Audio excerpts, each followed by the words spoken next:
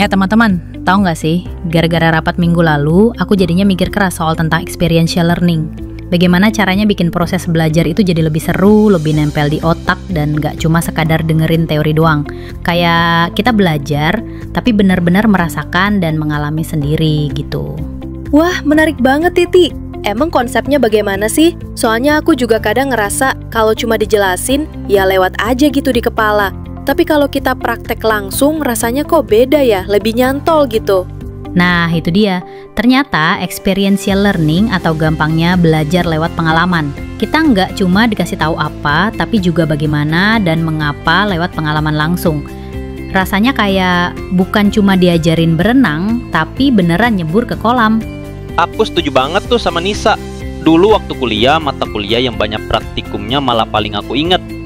Kayak dulu belajar bikin aplikasi, ya sampai sekarang masih bisa karena langsung coding sendiri. Jadi bukan cuma baca buku teorinya aja.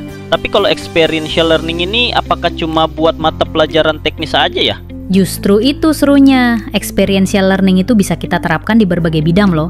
Mau itu di kelas tatap muka, daring, atau bahkan gabungan keduanya. Kuncinya, gimana kita merancang aktivitas pembelajaran yang bisa bikin pesertanya itu terlibat langsung, berefleksi, dan mengambil pelajaran dari pengalaman mereka.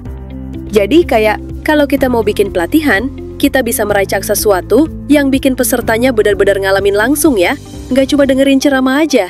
Persis, dan itu yang akan kita bedah tuntas di pelatihan ini. Kita akan belajar bareng tentang apa sih experiential learning itu sebenarnya? Apa konsepnya, teorinya, dan siklusnya yang terkenal itu? Gimana caranya tahu kapan experiential learning ini cocok diterapkan? Apakah untuk semua tujuan pembelajaran? Media apa aja sih yang bisa mendukung setiap tahap experiential learning ini? Dari awal sampai akhir, biar makin mantap. Gimana kita jadi fasilitator yang asik, yang bisa memandu proses belajar lewat pengalaman ini dengan efektif. Terakhir, gimana kita bisa mengukur hasil belajar yang otentik, yang benar-benar merefleksikan pemahaman dari pengalaman yang sudah mereka lewati. Dan yang paling penting, gimana kita bisa mengintegrasikan semua ini ke dalam desain pembelajaran kita sehari-hari. Dengan memanfaatkan semua potensi media yang ada. Yuk, kita rancang aktivitas pembelajaran yang seru, yang bikin peserta gak cuma duduk manis, tapi aktif berpartisipasi, baik itu di kelas, online, atau campuran. Wah, kedengarannya seru dan applicable banget nih. Jadi makin penasaran gimana caranya bisa bikin desain pembelajaran yang kayak gitu.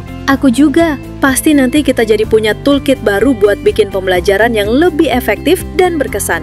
Oh ya, saya baru ingat, pelatihannya itu nyambung nggak dengan hasil analisis kinerja kantor? Tentu dong, malah mendukung banget, karena sesuai dengan kebutuhan yang diinginkan.